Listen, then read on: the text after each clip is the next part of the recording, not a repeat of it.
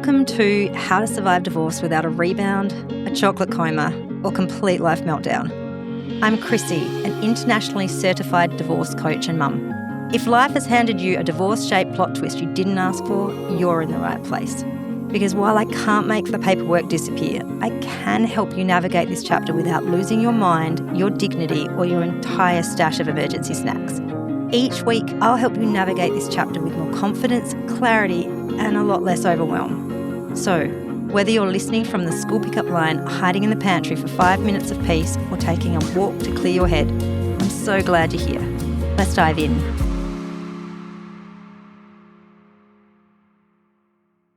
Hello, beautiful mothers. Today's episode's just a little bit different.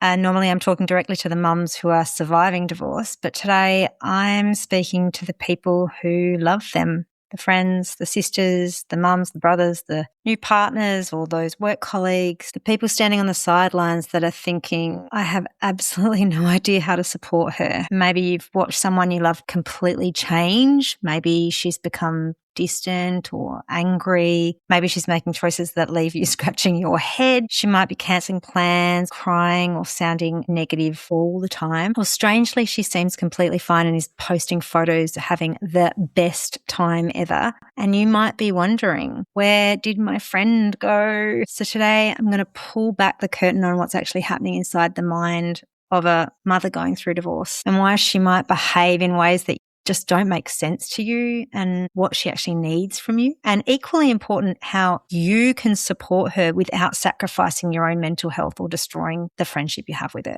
Because both matter, and sometimes we just need understanding and tools. All right, let's dive in. I ask you to please stay on the line for the next 2 minutes because I'm going to get you to do a little exercise. I want you to take a moment and close your eyes if it's safe to do so. If not, just visualize. I want you to imagine that someone has just this moment told you that your current life as it is and everything in it as you know it is about to be ripped from you. You will no longer have your family home. You will no longer have your car. You will no longer be able to see your children every single day. You will no longer have access to the money in your bank account. You will no longer be able to go on those girls' trips. You have to wait 3 or 4 months to get your hair cut. You will no longer be able to buy nice clothing. You'll need to shop at the cheap store or borrow clothes from friends instead of getting something new. Divorce isn't just ending a relationship. You will not have another person to watch the kids while you dash to the shops to buy the milk that has run out or to do a grocery shop in peace. You will need to make every financial, logistical decision for you and the children solo. Just you. It will be all your responsibility now. There's no shared load. You will not be able to plan for the future you had imagined, and you will need to accept that you cannot control things and need to be okay with everything that is being ripped from under you. Oh, and to finish it off, everyone around you will expect you to remain positive and all will be okay. Now take a moment. How does that feel in your body? What emotions came up for you? You have just experienced the first gut-wrenching truths of what separated mothers face in a survival season of divorce. It is human nature to have a deeper empathy and understanding of what someone is going through only when firsthand experienced what they're suffering. We've had that same loss. But whilst we can't expect people to know what it feels like to be separated because they haven't gone through it, what we can choose is to have a deep enough understanding so that we can have compassion and show support the best way we can for that person and for ourselves. And that is what this episode is about. So I'm so glad if you are still here that you're going to stick around because honestly, this content is really valuable for both sides. So let's start by looking at what's going on for the separated mother. To the average onlooker, divorce is a word that on a surface level means two people are no longer married. You know, it's how we all see it. Oh, someone's getting divorced. Oh, they're no longer living together. But to that beautiful mother, divorce means so much more. It's the death of an entire future that she had imagined. The holidays, the retirement, the family home full of laughter and memories all together, her and her husband. Watching grandchildren together, her and her husband and her family. Growing old together. So even if the marriage was awful, she is grieving. People often think grief belongs solely to death, but it doesn't. Divorce creates this living grief. Someone still exists, but your life as you knew it has completely changed. Now you add children, shared finances, lawyers, parenting schedules, selling houses, feeling like you've failed, questioning your identity, trying to work, trying to parent, trying to remember if you've actually brushed your teeth today. It's a crazy emotional roller coaster, except you never voluntarily bought the ticket to get on that ride. Now, firstly, she's probably not thinking clearly. And I really want friends and family to hear this with love. Oh, and I forgot to say at the beginning of this episode, everything I say in this and all of my episodes comes from a deep place of love and compassion. There's no judgment here because everything that I'm saying in here, every single person listening has done this. Someone has grieved something that we haven't been able to relate to, and we have all done these things. Someone has grieved and experienced those things and doesn't know how to share that and show that. These are all normal behaviors, reactions that we have. In fact, the reason why this episode came about was that I had someone only yesterday say to me, I don't know how to help this person. My friend is going through divorce and I don't know who she is right now. And that's what made me do this. And there are beautiful mothers divorcing who need the support. And in fact, I just remembered when I first said that I was doing my divorce coaching, I had a receptionist at my physio say to me, my best friend is going through divorce and it is absolutely ruining our friendship. And I don't know how to help her. It has sucked the life dry from me, but I also know that she's struggling and I just want to support her, but I don't know how without falling apart. So that is also why I'm doing this episode. Okay, so the woman you know is temporarily operating from survival mode. Her nervous system is on fire. Her brain isn't functioning the way it normally would. When we're living in chronic stress, the logical parts of our brain become much quieter, which means she might make impulsive decisions. She might contradict herself. She might say one thing Monday and the complete opposite on Wednesday. She may go back to her ex, leave again, go back again, leave again, and everyone around her is thinking, for goodness sakes, just make up your fucking mind. Your brain is trying to find safety, not logic. She may become someone you don't recognize. This is where friends often get confused. She used to love staying home and now she's out every weekend partying. She suddenly has lip fillers, or she's booked a tattoo, or she's bought leather pants. She's dating a 29-year-old personal trainer named Steve. No offense to Steve's out there, sorry. Or maybe she's gone the opposite direction and she never leaves the house. This was me. She ignores every message. She lives in active wear. She eats toast for dinner every night. Both of these are coping mechanisms and they're not personality changes. They're just temporary. Now, avoidance is incredibly seductive in this time. So let's talk about the elephant in the room. Pain fucking hurts.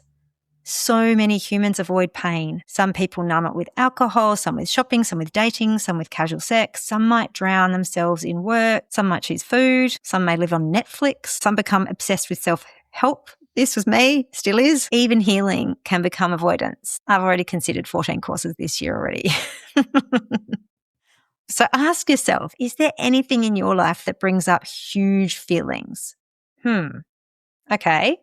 Now ask yourself, have you actually sat still with your feelings long enough to work through them? I'm talking about you as the loved one of the one supporting the divorced mother. Is there anything in life that brings up the huge feelings for you that you avoid because you don't want to sit long enough to experience those? I'll leave you to ponder that because the typical answer is usually a resounding no, right? Your friend's brain is desperately searching for relief, not because she's weak, but because she's in pain, she's hurting, which leads us to the dopamine trap. This is something I wish someone had explained to me early on, and there is another episode that you can listen to on the avoidance traps. When you're emotionally drowning, anything that gives you a huge hit of excitement feels incredible. It's that fabulous dopamine hit that we get when we feel so deeply low from the grief that we look for the euphoric high. Big nights out, attention from men, drinking, taking risks. For a few hours, she's feeling alive again. And then Monday arrives and the crash comes. The loneliness is usually worse, so the cycle repeats. And instead of judging her, I urge you, offer alternatives. Say, come to a dance class with me every Thursday. Let's go hiking. Let's learn pottery. Let's go go-karting. I don't know. Something that's going to give her a bit of adrenaline. I mean, this is a perfect opportunity for you to have fun trying to beat your best friend around a racetrack. Healthy excitement does matter. People need joy. They don't need just therapy. And that's what's missing from their life, is the joy has been sucked right out of them. So they are going to look for joy elsewhere, or they're going to hibernate because they can't deal with the fact that that joy has just been ripped from them. This is where I'd love to share something a little bit personal. So when I first divorced, I felt a huge amount of shame and sadness and anger and, a lot of resentment too. I remember feeling this deep shame and embarrassment that I couldn't make it work, but all my friends appeared to have made their marriages work. I just could not understand it. I felt so much shame that everyone else's husbands adored them and didn't leave them, but mine did. Was I not lovable enough? Was I not kind enough? Was I not good enough? I did more for my husband than I saw so many other wives doing for their husbands around me, yet they still adored them. What was I doing wrong to be so unlovable? I felt embarrassment that all my friends had these beautiful homes and nice cars and expensive clothes, and they were going on luxurious holidays with their families, and I couldn't even afford to pay my rent, and I was living in this shitty little rental. I felt this resentment towards those same friends because they had all the things that I dreamed of and that I had but had now been stripped bare of. And I felt this anger towards my ex-husband for giving up and not really ever doing anything to work on our relationship. But at the same time, I missed our family unit and I felt incredibly lonely. And the biggest one I felt was this. This one I think is the most important for family and friends to hear. I felt a deep loneliness and isolation because I didn't feel I had many, if any, that I could be 100% vulnerable with and share exactly what I was going through. And know that I wouldn't receive any of the following. Now, please note, I've done all of these to others many times over the years, so I know how easy it is to fall into this trap, but I didn't want to receive any of the following. Stonewalling. That's when you'll send a text message out and then no one responds. Oh, sick to my stomach. Usually I'd be venting about something that was going on and I received nothing back. Dismissive positivity. This one made me want to scream. I would send out something venting about some shit situation. It might have been that I've just been up all night for the fourth night in a row with vomiting children. I've had maybe 2 to 3 hours sleep each night. I've had to get up the next day, battle on all through the day, haven't been able to get out to get food for the kids. House is a complete shit show. I've got lawyers talking to me, whatever was going on. And I'd message my friends and tell them, and then someone would respond going, hope it all is well today and today's a better day.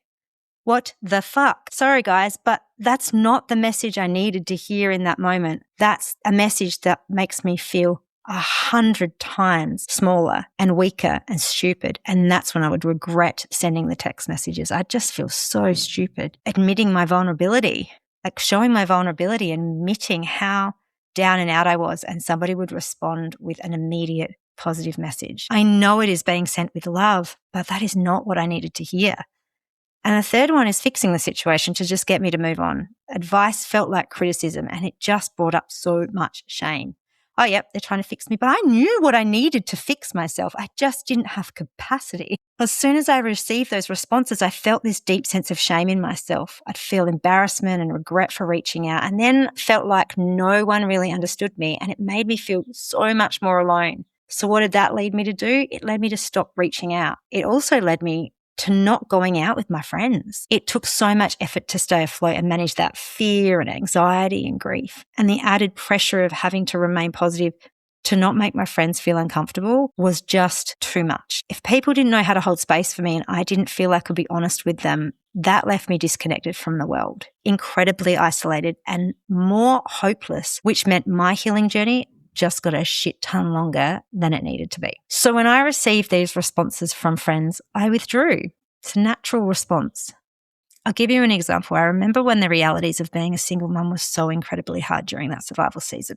I was drowning. And when I say drowning, I mean I was fully immersed under the water, couldn't breathe kind of drowning. My little fingers were the only part of me reaching above that water, if you can imagine it. The everyday tasks of trying to cook and clean and meal prep and run the kids around and deal with the hostile responses from my exes or no responses, dealing with my lawyers, the whole shebang. My children were struggling at school and coming home and having the most enormous meltdowns. They got sick and I was up till all hours of the night. Like I said, maybe 3 to 4 hours of broken sleep a night, and then up at the crack of dawn the next day having to be on again and just getting back on that treadmill. I didn't have that partner or family to tag team with on the rough days, and I didn't have that partner who I was doing life with. Now I was responsible for it all, and there was no break whatsoever because I was full-time single mother. It was all on me 24/7. But even knowing all of that, I was too embarrassed to ask for help because I was ashamed that I couldn't do it on my own and that I needed that help. So I didn't ask. And my way of reaching out was to share what was going on with my life with my friends in my text messages. So I would send text to the group chat of my girlfriends sharing the events of the hard days, how certain friendships then drifted because they couldn't handle it. They didn't know what to say. They didn't know what to do. And when I look back now on that survival season, I can see how I directly continued to push my friends and family away. I did it because I didn't know how else to cope. I couldn't handle the embarrassment of always being the person in need or the person being negative or the person who just couldn't move on, and that I needed to be positive. Also see how most of my friends and family weren't able to show up for me how I needed because they too, firstly, didn't understand what I was going through, and secondly, didn't have the capacity to truly listen and stay still in that space with me. Why? Well, because they only knew how to stay quote unquote positive and had been taught in Western society, gosh, we've been taught not to deeply feel or process difficult emotions. I mean, to be fair, we all grew up in an era where "she'll be right" was the key slogan in Australia that got us by. And whilst there is, of course, truth in that statement, yes, she will be right, when we don't allow someone to process what they're going through, it just internalizes. And that's what I see everywhere. Mothers, women, men walking around falsely pretending to the world that they have it all together and that if they just stay positive, then we get through. But it just could not be further from the truth, in my opinion. There is a huge difference between false positivity and the hope that comes with compassion, understanding and support if it's done right. Before we continue, a quick reminder that if you're going through separation or divorce right now, you don't have to do it alone. My 4-week How to Survive Divorce program helps mothers navigate the survival season with practical tools, weekly live coaching, Q&A support, direct access to me, an internationally certified coach who has personally survived divorce, and a community of women who truly understand what you're going through. I also offer one-on-one coaching if you're looking for more personalised support.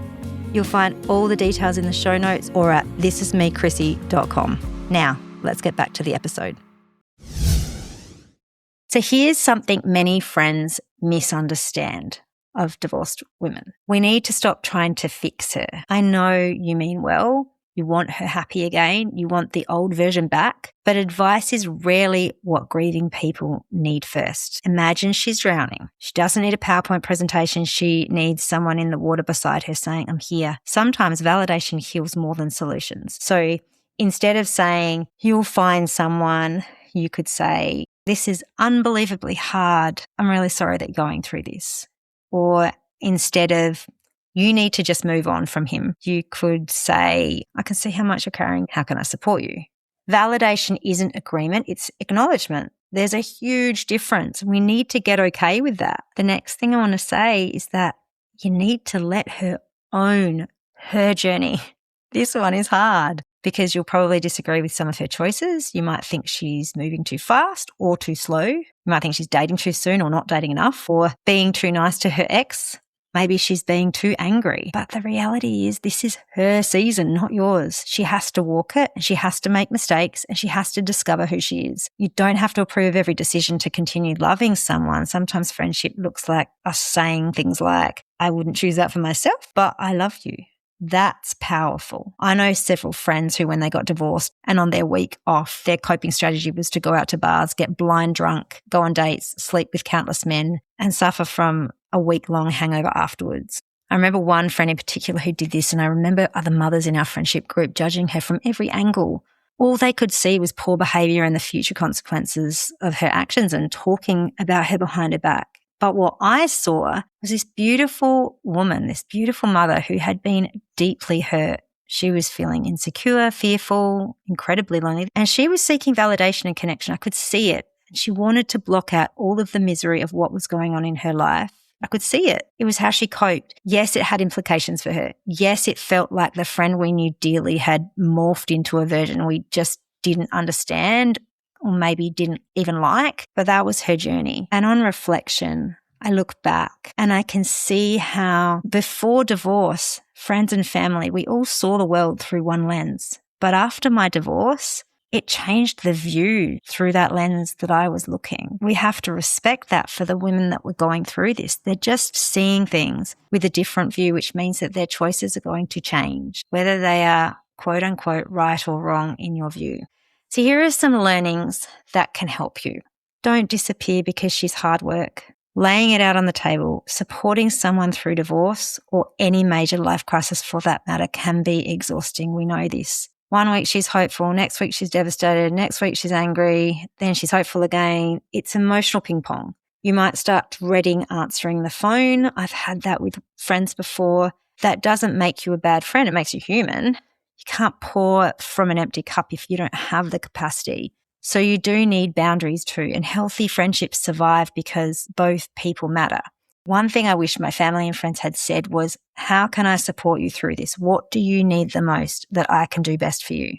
Then maybe she might say, I just need you to listen. Or she might say, I just need advice. Or she might say, I just need someone to take my children for a few hours. When I reflected back on my season, I realized when I was venting on text to my friends, the main reason I was doing it was because I wanted someone to say to me, hey, I'll come and help you physically. I mean, like come into my house and just take over and help. I was wanting friends to just rock up, bring some dinner that they knew I or the kids would love, come and clean something for me. I'm like, oh my gosh, yes. I remember when I was experiencing the panic attacks and vertigo, a couple of mums from my children's school said to me, we're coming over on Friday and we're going to help you in the house. I was, of course, no, I don't need it. They're like, no, we're coming over. One brought all the ingredients to make banana bread and then made it in my kitchen. She was amazing. So, of course, it smelt lovely in my home. Hadn't smelt baking goods for a while.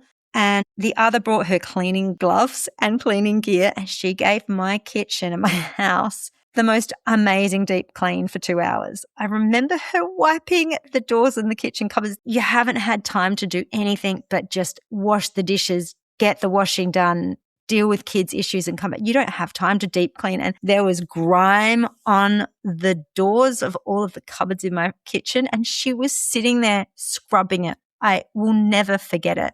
And you know what it was that they actually did that day? They brought, this makes me teary. They brought life to my home. They brought love and kindness and support into my home, and I didn't have to ask for it. I didn't have to feel ashamed. I just got pure love delivered to my door. It was exactly what I needed. And they also prayed for me. It was so beautiful. And that day, years later, this has been 3 years ago, that day I felt hope again. I felt loved and I felt enough. I felt supported. I felt connected. I felt I could go on that little bit more. So imagine if all the too busy to pop around mothers did that to all the I'm fine, I've got this separated and divorced mothers, what sort of hope would be brought to the world? And some of you may have already tried to do something like that and it wasn't received well. I would say the main reasons would be because, well, one might be that if the mother's experienced anxiety and panic like I was, it may be just too overwhelming to have too many people enter their space. So you could do it with caution where you just say, it'll just be me. And I'm just going to come in and you can just put a cup of tea on. You don't even have to talk to me. We could even put a little bit of light music on or whatever they're feeling in their mood, and you just match their mood enough. And then you go and do what you do or bring something really nice into their kitchen. It could also be that when you enter the space, you're acting overly happy and joyful and they're concerned because their mood is so low. You don't want to go into that space really overly happy and excited. You want to just remember that they're in a low space. They want some joy in their life, but we just need to kind of come to a happy balance. Nothing too crazy, nothing too low. We want to just make them feel that at peace feeling. So the second learning is boundaries are kindness. You can absolutely say, I love you. I really want to support you. Can we catch up Saturday? Tonight, I just don't have the emotional capacity. That's not rejection. That's honesty. You could even say, I think we've talked about your ex for an hour now and I really want to support you, but I know it'll be best for you and I if we just spend the last 20 minutes talking about something that fills both of us up. Or, I don't know, maybe you've got to be gentle, I know, but at the same time, that's honesty. You don't even have to be gentle. You just have to be honest. She will choose if she's going to receive it or not. That's not on you. Or you could actually say, I think this conversation is pretty in-depth and I don't know how to help you. Do you think maybe this could be better if you had this conversation with your divorce coach or your therapist or whoever they might be seeing to help them through? That's also healthy. Friends aren't therapists and they shouldn't become them. It's a heavy load that you don't need. Learning number 3, don't make her feel like she's too much. One of the biggest fears divorced mothers carry is becoming the depressed friend, the one nobody invites anymore, the one who always cries, the one who changed. Please, I beg you, keep inviting her even if she says no. Keep asking without guilt, without pressure, just something along the lines of, we're going to lunch, we'd love you there if you're up for it. Being remembered matters more than you realise. So I'll give you a little scenario. I'd been living away from my home city in Australia for 8 years. I was living in the US when I separated and only had 1 month after my husband asked for a divorce before we had to immigrate back to Australia. Now, I was blessed to have a huge network of friends and family back in Adelaide, my home city. And when I came back to visit over the years while I was away, I was inundated with friends. They always wanted to catch up and see me. Everyone was available. Everybody wanted to see me. But this time was different. I was moving back. It wasn't just a quick trip. And what became apparent to me was that every family member and every friend had their own established groups of friends in life that I wasn't part of. They'd been establishing that over the last 8 to 14 years that I'd been away. And yes, when my groups of friends would catch up, it would be every 3 to 6 months on average because everyone was so busy. But they had their small established, very cliquey groups of immediate friendships and they were a closed unit. There was no getting in. So I felt incredibly isolated. It was also COVID time, so 10,000 times worse. I felt so incredibly isolated because my established friendships were all too busy with their small groups, or those that did reach out lived far away, so wouldn't make the journey all the way to my side of town. And I didn't have the resources. I didn't have the capacity or the time to go out and find new friends. I was already drowning and keeping up with just raising my children without falling apart at the seams. And I vividly remember finding the courage to send a message out to a group of friends. Oh my God. We would catch up as a group every 3 months or so. And I said something along the lines of, hey girls, I'm struggling a bit at the moment. I'm feeling pretty lonely. If you ever have barbecues or get together with friends and they're open to me joining, please invite me because I feel like I need it at the moment. Crickets. I heard nothing. No one ever invited me. And I get it. I have my own small group of girls that when we get together, we love that it's our little core group and it's comfortable and it feels great and we wouldn't normally think to have other people come in. But my over 14 years of being an expat living in different cities and countries and then being a divorced mother, I know firsthand what it feels like to be excluded and isolated. I also know what it's like to be welcomed with open arms in the expat communities by people who are all experiencing the same thing. When people invite you and include you, it gives that person such a sense of inclusion and connection and hope. So don't forget that mother. Keep asking her no matter how many times she says no. There was an entire, I reckon, 1.5 years that I didn't attend things when I was invited due to my anxiety and dread of having to fake that I was fine or talk about my life. But I loved knowing that I was invited to some of those things and knowing I was still valued during that time. Learning number 4, the little things become the big things. So while sending a validating text response to her without trying to fix her situation is okay, if you do that and only that repeatedly, that's where she will feel more stuck because it's all just words from someone who doesn't really understand, and then it just kind of feels annoying, to be honest. You don't need grand gestures. You don't need to solve a divorce. Sometimes support looks like dropping dinner over, taking her kids for 2 hours, sending a funny meme, walking together, doing school pickup for her while she goes and gets a coffee or a massage. And if you have enough money to pay for it for her because she won't pay for it for herself. Do something nice for her. Sit beside her while she cries. You don't have to talk, just be there because presence beats perfection every single time. I cannot stress it enough. And something I'll be talking about in another episode in more depth is that when mothers divorce, there's this huge loss and suffering from the grief that they go through, but there is also a potential for this phenomenal transformation in her if she is supported right. Think of it like a caterpillar that goes into their cocoon and comes out this magnificent butterfly. If the mother is willing to do that work for herself, she will transform in the most beautiful way. And I managed to do it mostly on my own, but it took nearly 3 years. 3 years, y'all. That's a long time. So be patient. I'm still on that journey. It is a constant journey, but the bulk of it, 3 years. So be patient and remember that this is her journey and there is no set time frame. What she probably needs most from you is hope not fake positivity, real hope. The kind that says, I know today is shit awful, but I believe there'll be another version of your life one day, because she probably can't believe that yet. And it's more than just saying that in a text. It's the actions.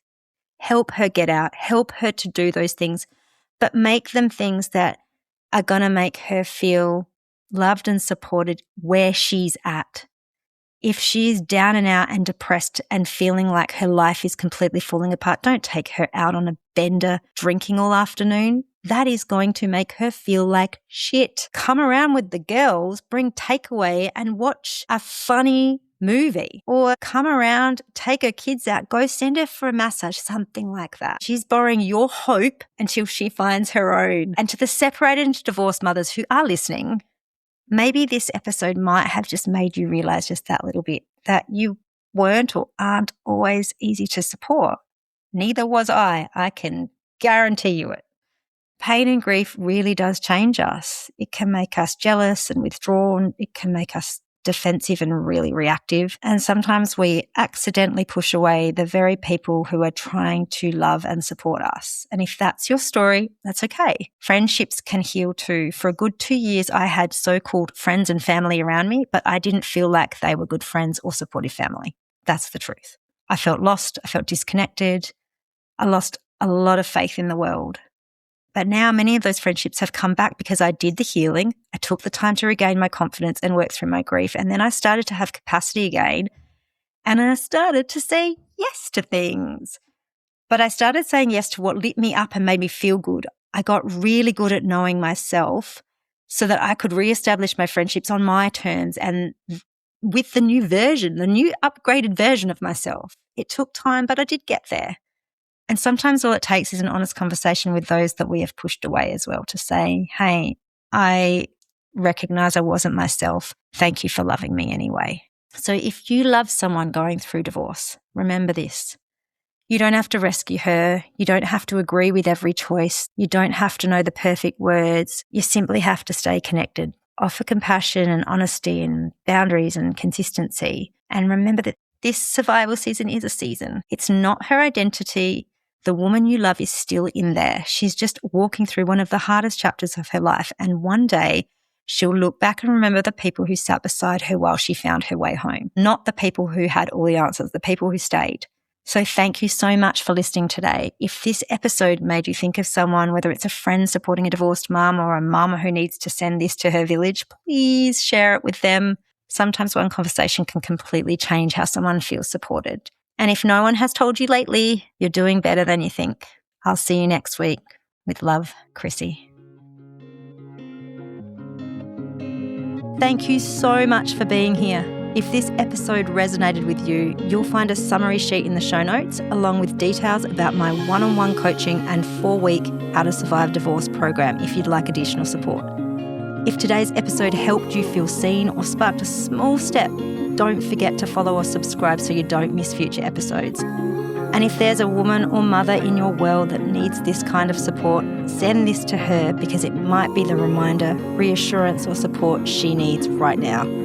Until next time, be kind to yourself, skip the rebound, leave the chocolate coma behind, and keep taking one step at a time. Lots of love, Chrissy.